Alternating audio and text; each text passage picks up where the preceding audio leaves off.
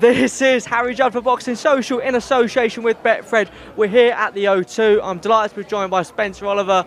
First of all, Spence, how are we, mate? Harry, I'm all good, mate. All the better for seeing you, actually. Yeah, top man, it's been a while. I mean, I tried to get hold of you last week, but no hope, mate. No, all over the place. You know what? Last week was insane, wasn't it? It was a bad week for boxing, if I'm totally honest. You know, we had the Anthony Joshua fight collapse, Anthony Joshua Tyson Fury fight collapse, and then this news broke about Conor Benn failing the drugs test and all that, and it was like, yeah, it's been a tough week for the sport, mate. It really has.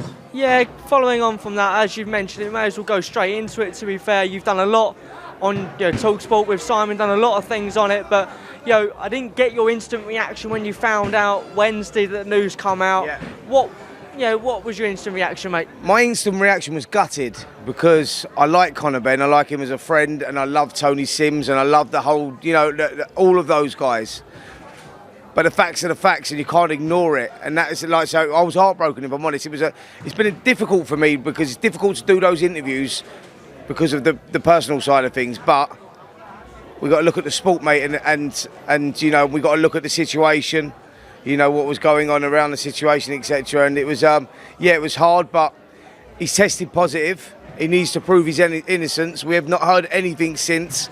We keep hearing we're going to hear something. It's a fertility drug, which you don't find on meat. It's not contaminated meat. It's not in a protein shake. It's a fertility drug that increases the testosterone levels. We all know what it does. We all know what it is.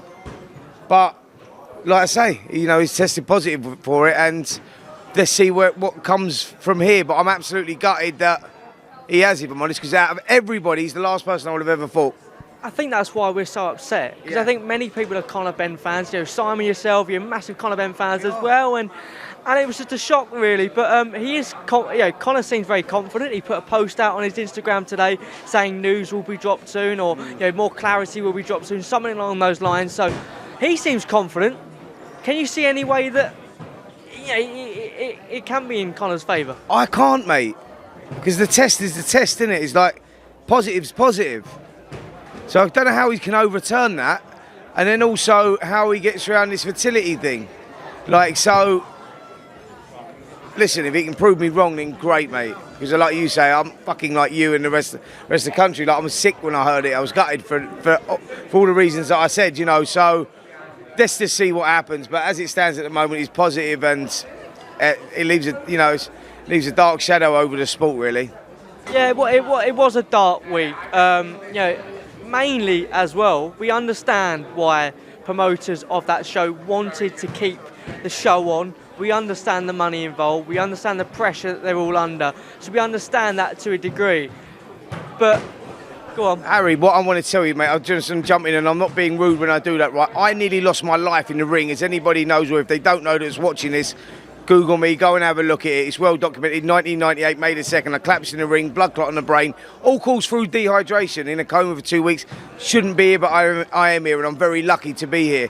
What I'm saying is, when we look at this situation, so Conor Benn's now tested positive for this fertility drug, which increases performance, endurance, strength, And you look what they was doing to Chris Eubank, making him make 157, a weight he hadn't made since he was an 18-year-old kid. And I know when you're dehydrated and down that weight, like he boxes at 160, to drop that extra 3 pounds is like dropping 3 stone to the normal man. It is like, and it's all fluid. 3 pounds of fluid is a lot of fluid. Your brain loses the cushioning around it, right? And that's what happens. You've got blood vessels in and around the brain. Your brain leans the cushioning, and when you get a whack, your brain knocks against the skull, blood vessels burst, and that's what causes the bleed. And as the fight goes on, the blood clots. That's what happened to me. What I'm saying is, we're in a position here where 157 is in a dangerous place, right? The boxing board had to keep a close eye on him. I was surprised they was going to allow it to happen anyway.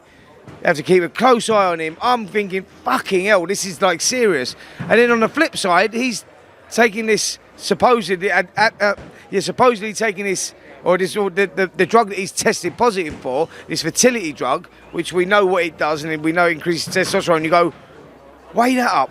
Fuck me. They're like, we're in a dangerous place right now. Things, God forbid something would have happened. What would have been the outcome? Do you know what I mean? What would the charge have been? Fucking hell, what is that like? So I was really strong on it. I was like, wow, mate, like this is, you know, making him do this weight, and then that happening there, I went, it's wrong.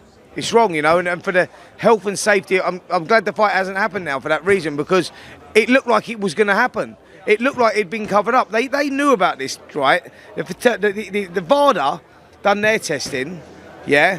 UCAD done their testing after VADA. VADA's testing was done at the end of August. Why the fuck do we only hear 2 days before? Where's the cover up? These are all the things that we need to know. Why was it covered up? It's all right saying UCAD was the governing doping testing agent. Yeah. Well, that's great, but what about the VADA, the voluntary one that he signed up for that he fouled? Like, you know what I'm saying? And why was it? Why did we find out? Why was that on the end of August? I think the board found out maybe in September 23rd or something, and we found out at the 11th hour.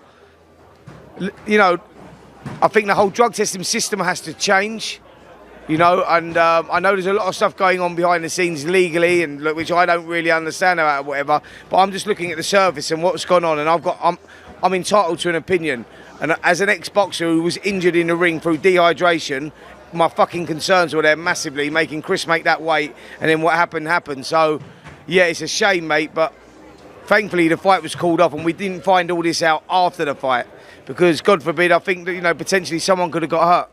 I understand your frustration as an ex-fighter yourself as well. There's many ex-fighters which are coming out and being really, really emotional, as you possibly should be about this situation. So we understand that.